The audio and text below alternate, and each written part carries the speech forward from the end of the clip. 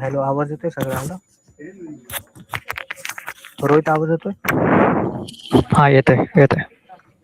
तर आज आपण आजच्या ट्रेनिंग सेशन मध्ये 2 पॉइंट बघणार आहेत. एक डिम परमिशन आणि दुसरा कंपाऊंड ऑल सर्व्हिस पाहणार आहे. तर डिम परमिशनचा फ्लो आणि सिनेरिओ ते सगळं मी सांगतो. कंपाऊंड ऑलचा ड्रॉइंगचा आणि बाकीचा फ्लो रोहित सर सांगतील.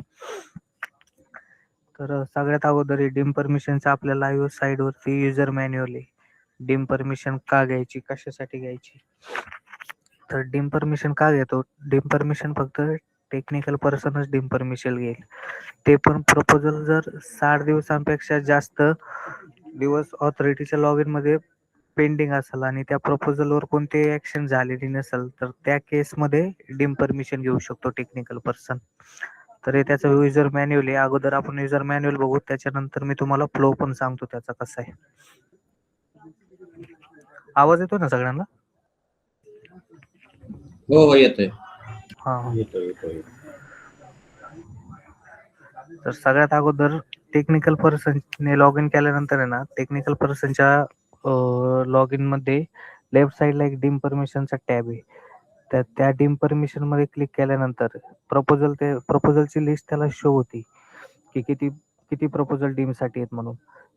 त्यापैकी तो एक प्रपोजल सिलेक्ट करणार. सिलेक्ट केल्यानंतर 2 पेजचा एक ऍप्लिकेशन फॉर्म आहे. तो ऍप्लिकेशन फॉर्म फिल करायचा आहे. ऍप्लिकेशन फॉर्म फिल केल्यानंतर त्याच्यानंतर त्या फॉर्मवर DSC वगैरे लावायची आणि त्याच्यानंतर तो फॉर्म सबमिट केल्यानंतर ऑथॉरिटी लॉग इनला जाणार. आता कोणत्या ऑथॉरिटीच्या लॉग इनला जाणार तो फॉर्म? तर ते प्रपोजल ज्या ऑथॉरिटीकडे पेंडिंग आहे, फ्लो मध्ये जी कोणी ऑथॉरिटी असेल त्या ऑथॉरिटीच्या लॉग इन मध्ये तो ऍप्लिकेशन फॉर्म जाणार डीमचा. ऑथॉरिटीच्या लॉग इन मध्ये ऍप्लिकेशन फॉर्म गेल्यानंतर ऑथॉरिटीच्या लॉग इनला एक डीम ऍप्लिकेशन लिस्ट नावाचा टॅब आहे. त्या टॅब मधून ऑथॉरिटी ऍप्लिकेशन अप्रूव्ह करणार. ऑथॉरिटीने ऍप्लिकेशन अप्रूव्ह केल्यानंतर जे डीम रिलेटेड ऍप्लिकेशन आहे ते ऑथॉरिटीच्या लॉग इनला जिथं आहे तिथंच राहणार. फक्त ऍप्लिकेशन हायलाइट होणार, कलर मध्ये हायलाइट होणार की हे आता सपोज हे युजर मॅन्युअल जेव्हा बनवलं तेव्हा डॉक्युमेंट व्हेरिफिकेशन साठी होतं. डीम ऑथॉरिटीने अप्रूव्ह केल्यानंतर इथं प्रपोजल नंबर शो होणार आणि रेड मध्ये डीम म्हणून येणार. म्हणजे ऑथॉरिटीला अंडरस्टँड होणार की हे ऍप्लिकेशन आपल्या लॉग इन मध्ये 7 दिवस झाले तरी पण आपण ऍक्शन घेतलेली नाही. तर यासाठी डीम परमिशन असते. तर आता याचा फ्लो कसा आहे ते फ्लो मी तुम्हाला मारून दाखवतो एक टेस्ट एन्व्हायरमेंट वर.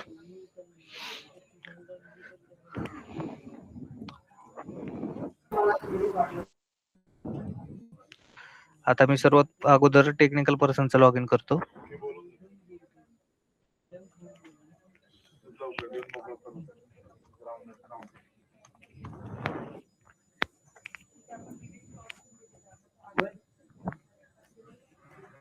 हॅलो हा, बोला. सर, मी थोडं लेट जॉईन झालो. हीच काय सर्व्हिस तुम्ही दाखवताय? हा सर, डीम परमिशनची सर्व्हिस दाखवतो तुम्ही. डीम परमिशन म्हणजे technical person deemed permission apply करू शकतो. डीम परमिशन याच्यासाठी असते की ऑथॉरिटीच्या लॉग इनला प्रपोजल अप्रूव्हलला गेलेला आहे पण कोणतीच ऍक्शन झालेली नाही, 60 दिवस होऊन गेलेले आहेत. तर त्यानंतर टेक्निकल पर्सन डीम परमिशन घेऊ शकतो. म्हणजे अच्छा. ऑथॉरिटीच्या लक्षात येतं की आपल्या लॉग इनला प्रपोजल 60 दिवसापेक्षा जास्त दिवस झाले, आपण ऍक्शन घेतलेली नाही. Proposal okay. हायलाइट होऊन येतं फक्त. अच्छा सर. सर, हा. याच्याने काही ओके. फरक पडेल की ऑथॉरिटी रिअसाइन करणार फक्त? ऑथॉरिटी काय करणार सर? ऑथॉरिटी अप्रूव्ह करणार यानंतर की फक्त रिअसाइन करणार पुन्हा? नाही, रिअसाइन नाही करणार. ऑथॉरिटीला त्याच्यावर ऍक्शन घ्यावी लागेल ना, ते हायलाइट होऊन येणार त्या डीम मध्ये. ऍक्शन मे बी दोन्ही असू शकतात ना त्यात, एक तर अप्रूव्ह किंवा रिअसाइन. हो, दोन्ही पण असणार. ते आता प्रपोजल वर ऍक्शन काय घ्यायची ते ऑथॉरिटी ठरवणार ना सर. ओके. हा.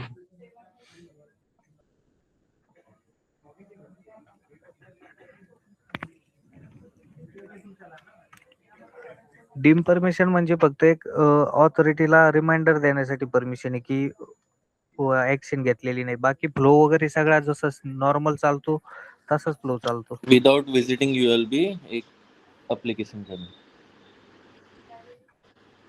आता मी टेक्निकल पर्सनचं लॉग इन केलंय. टेक्निकल पर्सनच्या लॉग इन मध्ये नाही तर लेफ्ट साईडला एक डीम परमिशन नावाचा टॅब आहे बघा. याच्यावर क्लिक केल्यानंतर मी सर्व्हिस सिलेक्ट करतोय. यात आता एवढे प्रपोजल आहेत. ही आमची टेस्ट सर्व्हरची लिंक आहे. तर टेक्निकल पर्सनला कोणत्या प्रपोजलवर डीम परमिशन घ्यायची. तर आता मी 9060 प्रपोजल आहे. प्रपोजल डेट 7/8/2025 म्हणजे खूप दिवस होऊन गेलेले. त्याच्यावर ऍक्शन झालेली नाही. त्यामुळे डीम मध्ये आलेलं आहे.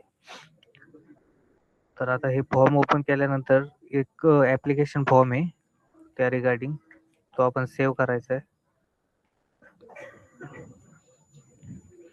प्रिंट करून त्याच्यावर TSA लावायची टेक्निकल पर्सनची.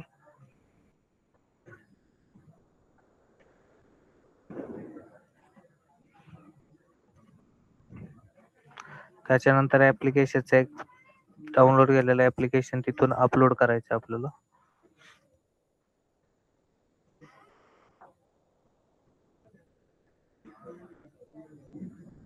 आता इथे ऍप्लिकेशन नंबर जनरेट होतो एक.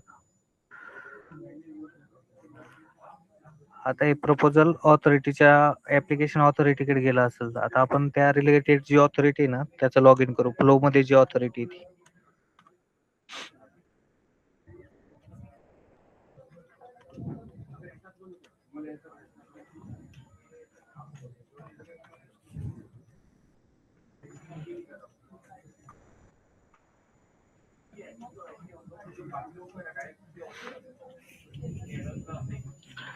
ऑथॉरिटीचे लॉग इन केल्यानंतर इथे एक परत डीम ऍप्लिकेशन लिस्ट म्हणून आहे.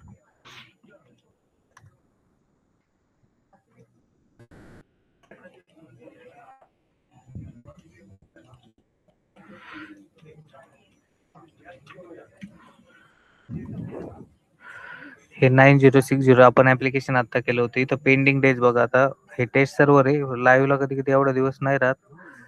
216 दिवसापासून पेंडिंग आहे.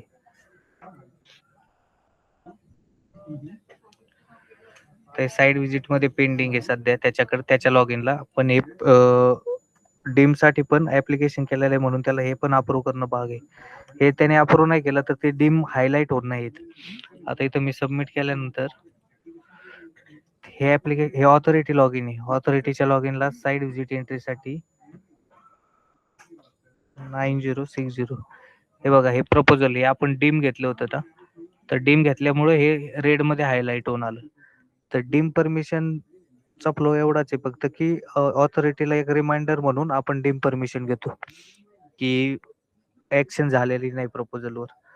जेव्हा डीमला ऍप्लिकेशन करतो टेक्निकल पर्सन आणि ऑथॉरिटी ते अप्लाय करतो तेव्हा प्रपोजल नंबर असा रेड मध्ये हायलाइट होतो.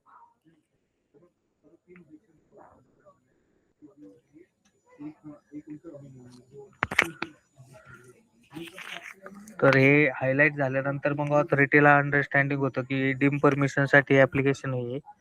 तर यामध्ये ऑथॉरिटीने ऍप्लिकेशन ते अप्रूव्ह केल्यानंतरच इथं हायलाइट होणार. त्याशिवाय हायलाइट होत नाही. तर या डीम मध्ये कोणाला काही डाऊट असले तर विचारू शकता डीम परमिशन मध्ये. हॅलो हॅलो हा विचारा की सर, आर्किटेक्ट शिवम गुप्ता बोलत आहे. हा बोला की. मला एक गोष्ट सांगा, सपोज एखाद्या जेईच्या लेवलला 60 दिवसापर्यंत जर केस इनॅक्टिव्ह म्हणजे केस पेंडिंग असली हा तर ते आपण जर डीम मध्ये टाकले तर हा डीमचा ऍप्लिकेशन कोणाला जाणार? तर सर त्या ऑथॉरिटीच्या लॉग इनला आहे ना एक आता इथं डीम ऍप्लिकेशन लिस्ट नावाचं टॅब आहे ना तिथून त्यांना ते अप्रूव्ह करावं नाही लागेल. नाही नाही, मला एक गोष्ट सांगा, सपोज आता आपण जेव्हा डीम आपला एक केस ज्युनियर इंजिनियरच्या पहिल्या डेस्कवर पेंडिंग आहे. त्यांच्या आपण आता लॉग डीमची त्यांच्या लॉग इनला आहे ना डीम ऍप्लिकेशन लिस्ट मध्ये ते ऍप्लिकेशन दिसणार सर. कोणाच्या लॉग इनला? सर मी म्हणत आहे की जेईच्या लॉग इनला पेंडिंग आहे आणि डीम अप्रुव्हल कोण देणार? जेई देणार का? हो, ज्याच्या लॉग इनला अप्रूव्ह तो देणार ना सर ऑथॉरिटी. त्या फ्लो मध्ये कोणी पण ऑथॉरिटी असेल ना सर. सपोज काही कारणास्तव त्याला नाही करायची असली केस तर सर मग ऑथॉरिटीला तर अप्रूव्ह द्यावंच लागेल ना डीम साठी. नाही तर देत नाही ना सर, म्हणून तर पेंडिंग आहे केस. मग त्यात सर सर डीम ऑथॉरिटी तुम्ही परमिशन साठी आपण अप्लाय केल्यानंतरही जर ऑथॉरिटीला नाही द्यायचं आणि त्यांनी रिअसाइन केलं तर मग त्या डीम परमिशनचा काय अर्थ? काय अर्थ? दुसरी गोष्ट, जर तुम्ही म्हणता की बीपीएमएस Approval भेटायला मध्ये पाहिजे ना त्यांना 60 काहीतरी दिवस post. झाले 60 दिवस झाले आणि डीम परमिशन घेता येते तर मग बीपीएमएस ना इनऍक्टिव्हची प्रोसेस कशाला ठेवलेली आहे?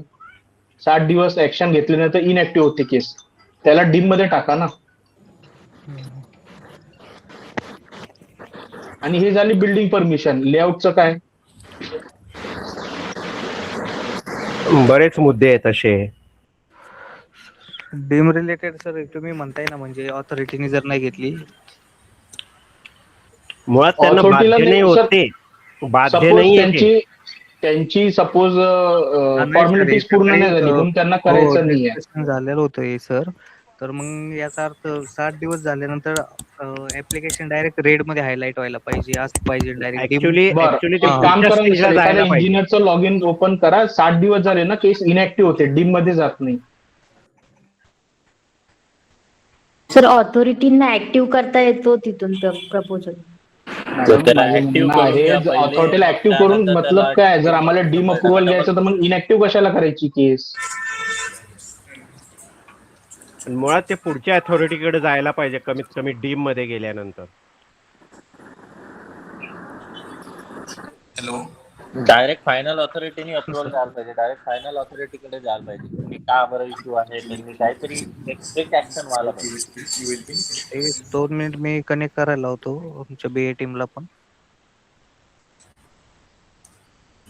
Hello hello. आणि एक सर, तुमचं म्हणणं आहे की बा इंजिनियरनं डीमचं ऍप्लिकेशन केलं, त्या ऍप्लिकेशनला जर तो ऑथॉरिटी ओके करणार तरच तो रेड मध्ये दिसणार. तर ऑलरेडी तर त्याला करायचं नाही आहे ना, म्हणून तो ओके कशाला करणार?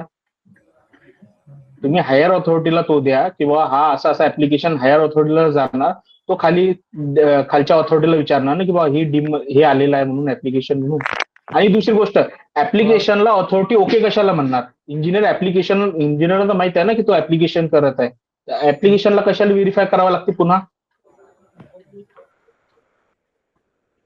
तर या रिलेटेड टीम सोबत डिस्कस करावं मुळात यांचा लागेल. फ्लो हा सर, तर चुकीचा अगोदर आहे. तुमचे कन्क्लुजन क्लिअर करा ना, मग सेमिनार मध्ये हा पॉइंट टाका. फ्लोच चुकतोय. बघू सर, सर माझा दुसरा एक डाऊट आहे, विचारू शकतो का? हा विचारा की सर. आर्किटेक्ट सुनील बोलतोय मी. माझा 2 प्रपोजल आहे, त्यातला 2 तिकीट मी रेज केले, सेम प्रॉब्लेम आहे. हॅलो सर, तर तिकीट रिलेटेड हा, डाऊट बोला. आहेत ना, ते पण घेऊ आपण. आधी हे होऊ दे आता डीमचं, त्याच्यानंतर कंपाऊंड वॉलचं एक आहे, आणि मग जे तिकीटचे प्रॉब्लेम आहेत ना ते पण घेऊया. ठीक आहे, मग तुम्ही सांगा, तोपर्यंत मी ऐकतोच सेशन. हो, तुम्ही चालेल. सांगाल तेव्हा मी रेज करतो माझे कुठे. ठीक आहे चालतंय. जे जेव्हा queries आहेत. तिकीट रिलेटेड प्रॉब्लेम सुरू होतील ना तेव्हा तुम्ही सांगा. ठीक है शुभम, सर. डीम्ड के लिए सर्विस हम लोगों ने बनाया हुआ है, but as per the directives of UDD उसको ऑटो मोड पे रखा नहीं, ठीक है? प्रोसेस करके पूरा रखा हुआ है, बट लाइव पे कैसा है, अथॉरिटी फिक्सेशन के ऊपर में उसके ऑटो डिसीजन, ऑटो एक्टिव के नेक्स्ट स्टेप में जाना वो किया नहीं हुआ है, ठीक है? सर मुझे एक बात बताइए, अगर आप अभी इसमें किसको बांधना चाहते हो डीम के परमिशन में? अथॉरिटी को बांधना चाहते हैं, अपने को अथॉरिटी को ये करना है ना उसमें। अगर आप उसी अथॉरिटी को चार्ज दोगे अप्रूवल का, दैट इज व्हाई उसको अंडर सप्रेंडेंस के बताइए पॉइंट। बट मुझे सर एक चीज ये हमारा अभी एक एज ए एप्लीकेंट मैं कहता हूँ, अगर मेरा केस डीम में जाता है तो एज पर कोर्ट के राइट्स जो है वो एप्लीकेंट को या इंजीनियर को होते हैं। मेरे पास 3 कोर्ट के डीम परमिशन है, हमारी अथॉरिटी अप्रूवल देने को तैयार नहीं थी, हमने कोर्ट से उसका डीम अप्रूवल लिया है, तो हमारे राइट्स है ना, अगर 60 डेज एक्चुअल में 60 डेज में केस अप्रूव्ड होनी चाहिए, ना कि उसी डेस्क पे अटकनी चाहिए। और बीपीएमएस में इनएक्टिव का ऐसा प्रोसेस है, अगर 60 डेज पे एक्शन नहीं लिया जाए तो वो केस इनएक्टिव होती है, वो डीम में नहीं जाती है। और अगर सपोज अगर इंजीनियर डीम के लिए अप्लाई भी कर रहा है तो हायर अथॉरिटी को इन्फॉर्म होना चाहिए वो, ना कि उस डेस्क पे जिस डेस्क पे डीम के लिए रुका हुआ है। हाँ मतलब आपका यूडी डिसीजन लेती है, बट अथॉरिटी के फेवर में नहीं लेना चाहिए ना सर, इंजीनियर और ओनर के फेवर में आना चाहिए ना, कि सभी अथॉरिटी के फेवर में डिसीजन जाएंगे, रिमार्क बंद हो जाएंगे, रीअसाइन के चांसेस बंद हो जाएंगे, सब अथॉरिटी के फेवर में जाएगा। तो फिर इंजीनियर को एक छोड़ देते ना, इंजीनियर के लॉगिन बंद कर डालो, सब अथॉरिटी को दे दो, वो खुद ही ट्रेस करेगा, खुद ही सबमिशन करेगा। वो नहीं है, मैं और आप बैठ करके पूरे डिसीजंस नहीं लेते ना शुभम भाई। उसमें कैसा ठीक है ना सर, अभी एक हम रीअसाइनमेंट टिकट रेस करते, सुनिए ना, हम बीपीएमएस में टिकट रेस करते। एक मिनट सुनो ना, रीअसाइनमेंट का फिक्सेशन क्यों किया गया था? क्योंकि उसकी वजह से लॉट ऑफ डिलेज जा रहे थे केसेस में, ठीक है, एंड वो एज पर मीटिंग फिक्सेशन हुआ, इसीलिए वो लिमिट ऑफ रीअसाइनमेंट वहाँ फिक्स कर दिया था, ठीक है। अभी रही बात डीम्ड के लिए, तो डीम्ड के लिए आपके suggestions and point of view हम लोग लेंगे, बिकॉज ये पॉइंट डिस्कशन में आया है। तो अगर आपकी तरफ से कोई सजेशन पॉइंट्स या चीजें हैं, हम लोग नोट करके आगे बताते हैं, ठीक है। ठीक है ना सर, अभी क्या है, अगर हम टिकट रेस करते हैं इंडिविजुअली तो हम हाईलाइट हो जाते हैं। अभी आप मीटिंग ले रहे हो तो हमारा पॉइंट है कि भाई इसमें आप सिर्फ बिल्डिंग परमिशन का डीम बता रहे हो, एज पर सभी केसेस में डीम बोलने पे सभी केसेस में अलाउ है यूडीसीपीआर के अकॉर्डिंग। और कोई केस सबमिशन होती है तो 60 डेज में उसका अप्रूवल होता है, ना कि 60 डेज में वो डीम को जाती है। अगर डीम को जाती है तो हायर अथॉरिटी के पास में डायरेक्ट अप्रूवल के लिए जाना चाहिए, ना कि लोअर डेस्क पे। बट जाना तो अथॉरिटी के लॉगिन पे ही चाहिए ना। Higher sir, higher authority. अगर जेई के लेवल पे मेरा केस अटका है 90 दिन से, तो मैं जेई को पैर पड़ने नहीं जाऊंगा, मैं डायरेक्टली एडीटीपी या कमिश्नर की तरफ डीम के लिए अप्लाई करूंगा और वहां से उसके ऊपर एक्शन आना चाहिए। और एक्शन भी इन केस ऑफ इंजीनियर या ओनर के फेवर में आना चाहिए। एडीटीपी भी एक्शन नहीं लेंगे तो फिर उस पे क्या है, फिर टाउन प्लानिंग पुणे में कर सकते हैं सर अपील, उसके अलावा और क्या ही बचता है। ठीक है। तो डीम परमिशन है ही क्यों सर, अगर अथॉरिटी को करना ही नहीं है तो। अभी शुभम कैसा है, प्रैक्टिसिंग में बहुत सारी चीजें, रिस्क बेस्ड बिल्डिंग परमिशन है बराबर। बराबर। कि अकोला में मालूम है कि 20 स्क्वायर मीटर का रेगुलर में डालते प्रपोजल, करते क्या लो रिस्क मॉडरेट रिस्क, नहीं सर। बात खत्म हो जाती है। करते आगे का ट्रेनिंग लेते हैं अपन, उस बारे में भी बात करेंगे। डीम्ड का ऐसा है शुभम, आप लोगों की तरफ से, क्रेडाई की तरफ से और बाकी सब जगह से ये पॉइंट ऑफ आया है, दैट इज वाई उसके लिए दिखाया आज उसने वो प्रोसेस करेंगे। उसमें कुछ अपने सजेशन पॉइंट से आए वाले पॉइंट्स अगर कुछ लगते हैं तो अपन करेंगे फ्यूचर में, ठीक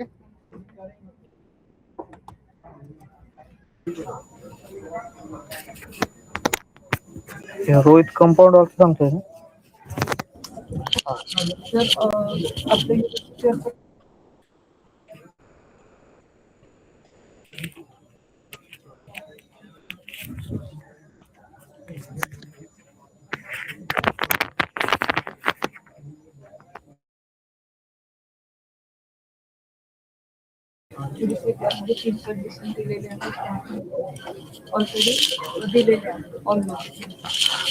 आपण कंपाऊंड वॉल बघणार आहोत. कंपाऊंड वॉल प्रोजेक्ट कसा बनवायचा ऑनलाईनला आणि त्याची ट्रेसिंग कशी करायची. प्रथम आपण लॉग इन करून घेऊ आर्किटेक्टचं. जेवढे तालुके असतात ते बाय डिफॉल्ट तर बरेचदा काय होतं, इंजिनियर लोक घाई गडबडीत अदर म्हणजे जो त्यांचा तालुका असतो तो सोडून अदर तालुका सिलेक्ट करतात. त्याच्यावर तुमचं पूर्णतः जे पेमेंट पोस्ट पेमेंट कॅल्क्युलेशन आहे ते पूर्णतः इथे आपलं टिपिकलचा टॅब आहे. याच्यामध्ये नवीन प्रोजेक्ट बनवायचा असेल तर न्यू प्रोजेक्ट म्हणून ऑप्शन आहे आणि जेवढे प्रोजेक्ट बनवले आहेत ते इथे लिस्ट डाऊन होतात. आपण न्यू प्रोजेक्ट बघतो. त्याच्यामध्ये नेम ऑफ सर्व्हिस मध्ये आपण कंपाऊंड वॉल सिलेक्ट करणार आहोत. जसं की आपण बिल्डिंग नॉर्मल बिल्डिंग असेल तर बिल्डिंग परमिशन लेआउट, तिथे कंपाऊंड वॉल सर्व्हिस नेम दिलेला आहे. प्रोजेक्टचं नाव, त्या रेंजला किती रेग्युलेशन आहे ते इथे बाय डिफॉल्ट तुमचा सेट किंवा रिफ्लेक्ट होऊन जाईल फ्रीज फॉर्म मध्ये असेल. इन केस तुमचं ॲड्रेस, सर्वे पोस्ट पेमेंट कॅल्क्युलेशन किंवा व्हेरिफिकेशन करते डीपी पार्क प्लॅन. जसं नॉर्मल आपण बिल्डिंग परमिशनचं ऍप्लिकेशन कंपाऊंड वॉल फक्त सर्व्हिस वेगळी कंपाऊंड वॉल म्हणून आहे. बाकी सर्व सेम आहेच. तर तुमचा सर्वे नंबर तिथे विलेज तिकीट आणि तुमचा जो तालुका असेल किंवा आयजीआर साईट मध्ये ते रिफ्लेक्ट होत असेल त्याचा एक स्क्रीनशॉट तिकीट लॉक करा. कंपाऊंड वॉल कशासाठी आहे ते आपण इथे ऑप्शन दिलेले आहेत. अदरवाईज आपण मॅन्युअलचं एखाद्या जर दिसत नसेल तर आपण मॅन्युअलचं ऑप्शन दिलेलं आहे. मॅन्युअल मध्ये नॉर्मली ऍडमिन लॉगिन मध्ये इंडस्ट्रियल बिल्डिंग सर 2 मीटिंग सुरू आहे का? प्राजक्ता मॅडमचा पण आवाज हो येतो. हो दुसरी मीटिंग कशावर चालू आहे आता मग? तर तुम्हाला तो सर्वे नंबर दिला जाईल. हॅलो. लोकेशन हॅलो हा सर, दुसरी मीटिंग कशावर चालू आहे? हा ती दुसरी आहे ती वेगळी आहे ऑफिशियल मीटिंग पण आम्हाला डिस्टर्ब होते ना सर. त्यांना माईक म्यूट करायला सांगा ना सर.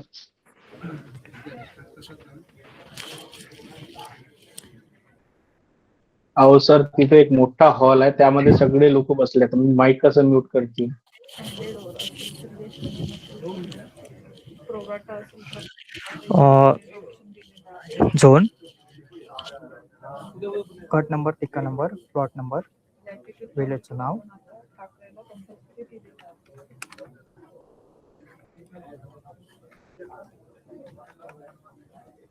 प्लॉटच्या डिटेल्स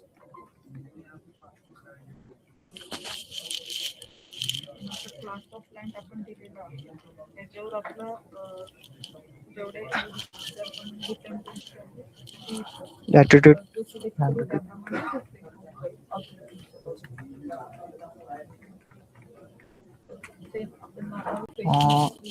टेक्निकल पर्सन्स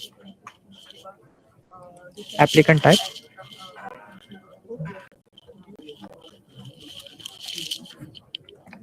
त्यानंतर ऍप्लिकंट डिटेल्स ते आपण नोट केलेली आहे. त्यानंतर आपण प्रोजेक्ट सेव्ह करून घेऊ. एवढीच इन्फॉर्मेशन आपल्याला कंपाऊंड वॉलमध्ये भरायची आणि फायनल सबमिट करू.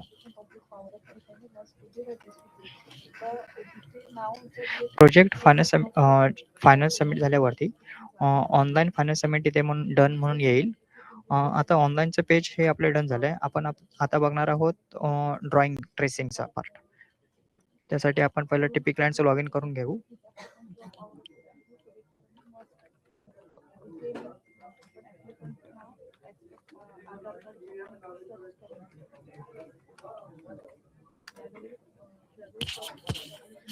टीपी क्लायंटचं लॉग इन झाल्यावरती इथे आपले जेवढे ऑनलाईन प्रोजेक्ट बनवलेले असतील ते इथे पूर्ण लिस्ट डाऊन होऊन जाईल.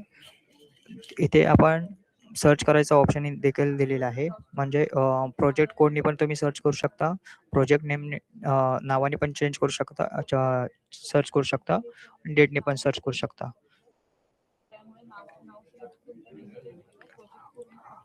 हा माझा आता मी जो बनवला आहे तो प्रोजेक्ट कंपाऊंड वॉल म्हणून ओपन करू. त्यानंतर इथे ऑटोकॅडचा पाथ सिलेक्ट करायचा आपण ऑप्शन दिलेला आहे. जो तुमचा ऑटोकॅड आहे त्याचा तुम्ही इथून पाथ सिलेक्ट करू शकता. त्यानंतर इथे हार्डशिपचा ऑप्शन दिलेला आहे. फाईल जनरेट केल्यावरती ड्रॉइंग जनरेट केल्यावरती इथे हार्डशिप जेवढे पण फेल एंटिटीज असतील तिथे हार्डशिपमध्ये दिसून जातात. आणि इथे ड्रॉइंग राईट क्लिक करून ड्रॉइंग ॲड करायचा ऑप्शन दिलेला आहे. आपण डायरेक्ट ब्राउजमध्ये जाऊन तुम्ही ड्रॉइंग सिलेक्ट करून ब्राउजने ॲड करू शकता. त्यानंतर डबल क्लिक करून ड्रॉइंग ओपन करू शकता.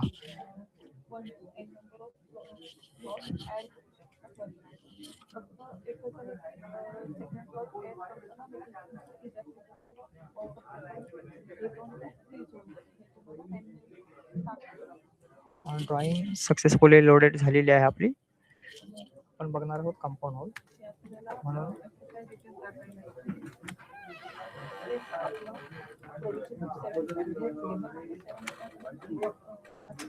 आपला प्लॉट आहे.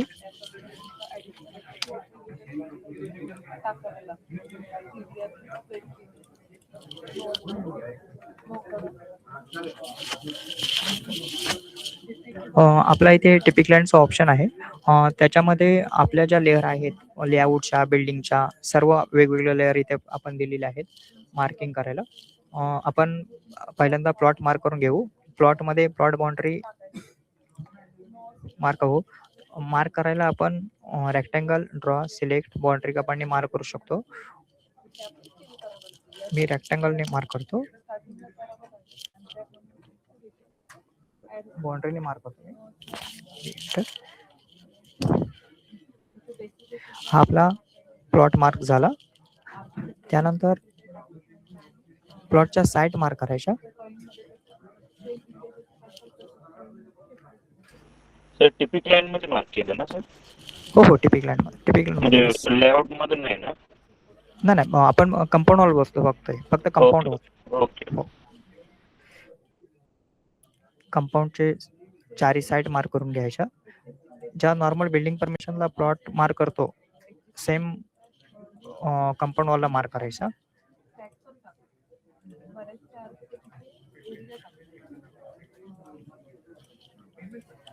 लेफ्ट साइड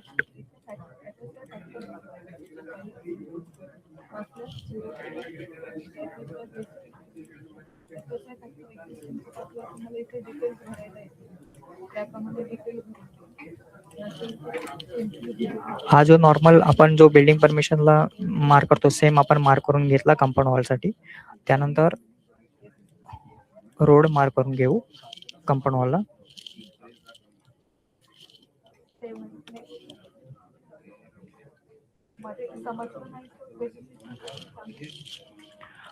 त्यानंतर आपण कंपाऊंड वॉल साठी नवीन लेअर आहेत आपल्या कंपाऊंड वॉलच्या. कंपाऊंड वॉल आणि बाउंड्री कंपाऊंड वॉलच्या ज्या साईड आहेत त्या मार्क करून घ्यायच्या. जसं की मी फ्रंट कंपाऊंड वॉलची माझी फ्रंट साईड मार्क करतो. त्याच्यामध्ये कंपाऊंड वॉलची विड्थ विचारतात आणि कंपाऊंड वॉलची हाईट किती आहे ते आपण इथे मेन्शन करू शकतो. कॉर्नर प्लॉट आहे का?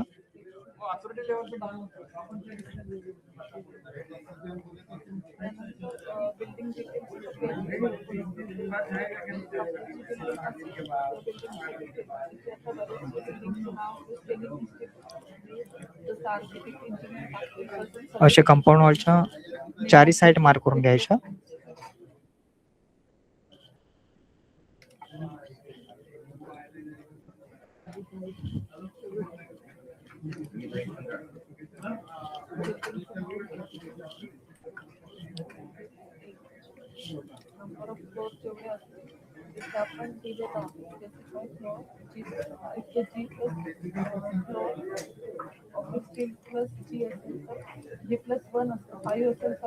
कंपाऊंड वॉल प्लॉट बाउंड्रीच्या बाहेर जात आहे.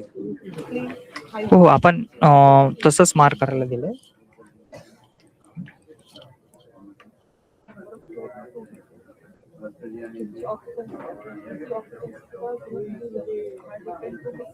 फ्रंट पेजला फर्स्ट पेजला जे टाईप ऑफ प्रपोजल त्यावर डिपेंड करतं. आपण रेसिडेन्शियल कंपाऊंड वॉलच्या साईड मार्क करून झाल्यानंतर आपण नॉर्थ डायरेक्शन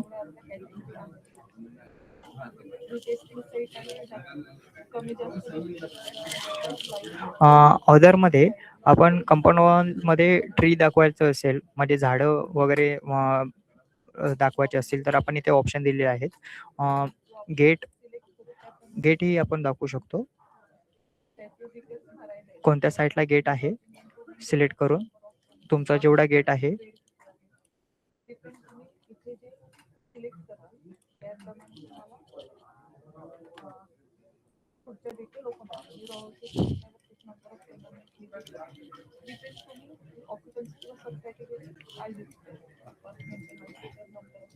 ट्री वगैरे तुम्ही दाखवू शकता कंपाऊंड वॉल मध्ये.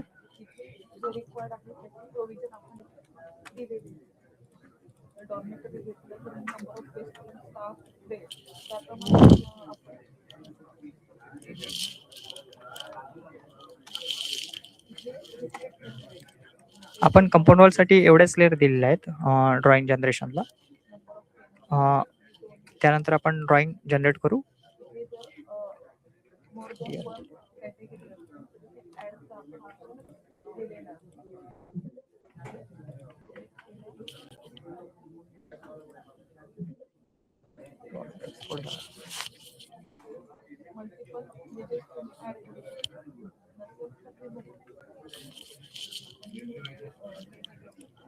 In case device building permission मध्ये जर स्टेप मार्किंग असेल तर येस म्हणून स्टेप मार्किंग हेच म्हटलं इथल्या फ्लोअरला आपण स्टेप मार्किंग देणार आहोत, त्या फ्लोअरला सिलेक्ट करायचं त्याला दिलेलं आहे.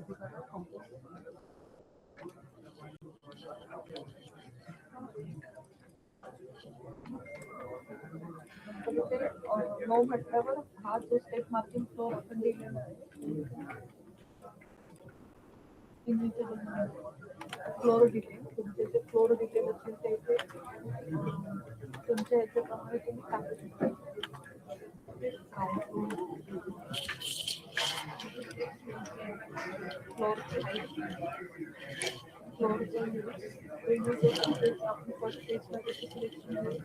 दोनच मिनिटं सर. ऍक्च्युली लाईव्ह वरती मी फायनान्स जनरेट करतोय. एकच 2च मिनिटं.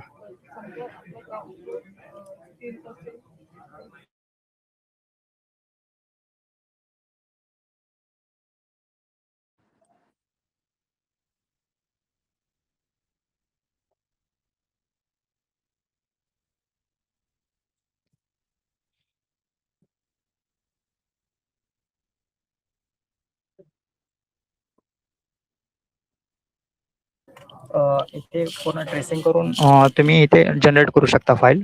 ऍक्च्युली लाईव्हला इश्यू आहे आय थिंक ड्रॉइंग जनरेशनला कंपाऊंड वॉलला.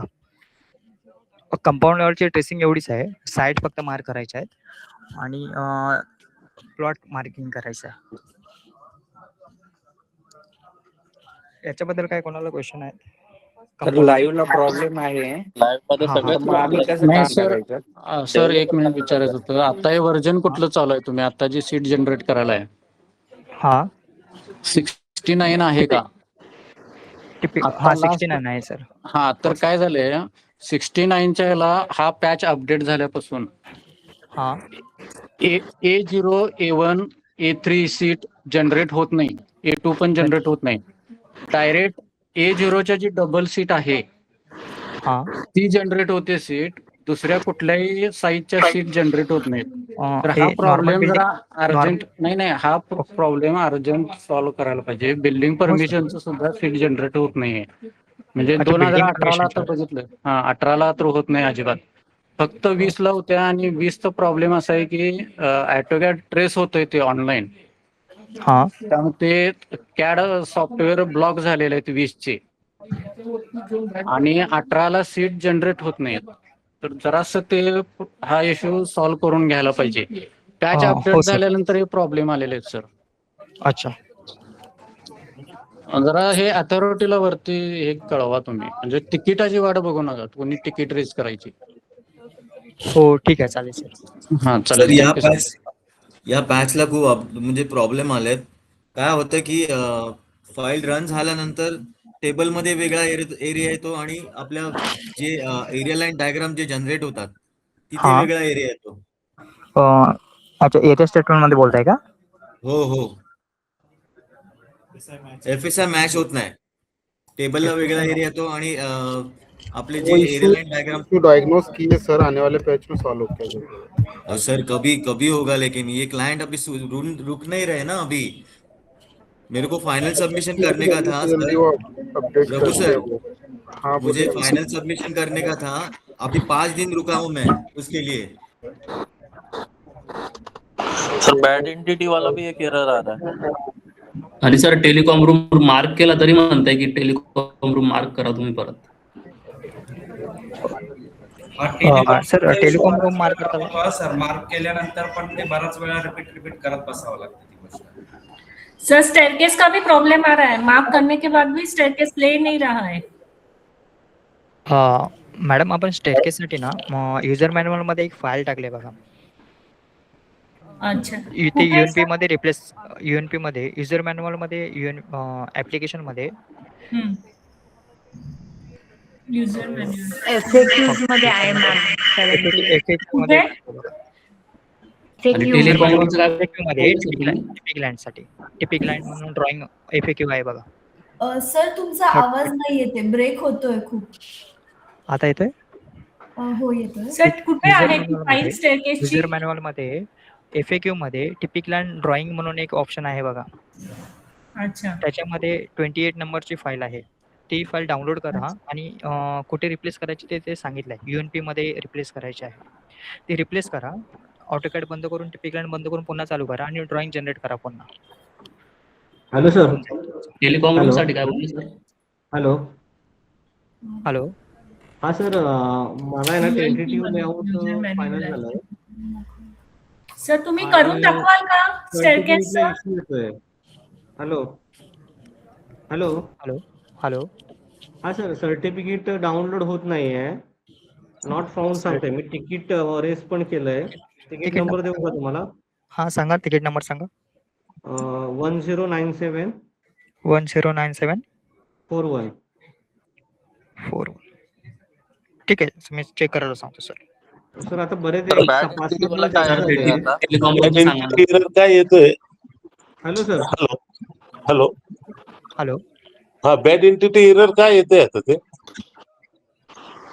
कुठल्या लेआउट आपलं बिल्डिंग मध्ये, बिल्डिंग परमिशन मध्ये जी ड्रॉइंग अपडेटचा पहिले बरोबर जनरेट होती ती अपडेट झाल्याबरोबर बॅड एंटिटीचा एरर येतात काही ड्रॉइंग्स मध्ये. म्हणजे शीट मार्करला देतोय का तो? म्हणजे शीट जनरेट करताना फायनल सबमिटची गोष्ट दूर राहिली, जनरेट करताना. हा, जनरेट करतोय. Sheet number of sheet mark, काही ड्रॉइंग मध्ये नंबर ऑफ शीट मार्क केले मल्टिपल शीट असल्यावर त्याच्यामध्ये जेव्हा फायनल सबमिट करतो तेव्हा नंबर ऑफ शीटचा साईज चेंज होऊन जातोय आणि शीटच्या मधातल्या काहीतरी गोष्टी फक्त तो हे घेत आहे. हाही एक एरर चालू आहे. लेअर वगैरे ऑफ वगैरे काय केलं होतं का? नाही सर, काहीच नाही. नंबर ऑफ सर शीट आमचा पण टेबल रिसाइज होऊन जनरेट काहीच्या काही साईज हे ड्रॉइंग सबमिट होत आहे. काही ड्रॉइंग म्हणजे सर शीट मध्ये ते टेबल बसतच नाही, टेबलचे खूप मोठ्या साईज येऊ राहिल्या. सर टेबल जनरेट प्रॉपरली होत नाही, ते नुसतं पुन्हा अरेंज पण होत नाहीये. ते रिस्केल पण नाही करता येत आणि टेबल शीट पेक्षा खूप मोठे जनरेट होत आहे. हो हो, एक्झॅक्टली. सर एक एक एरर घ्या, एक एक समजून घ्या, सगळे कचरा होता. Hello hello hello. हा सर, मी एक तिकीट मारला होता रिडेव्हलपमेंट स्टेअरकेस बद्दल.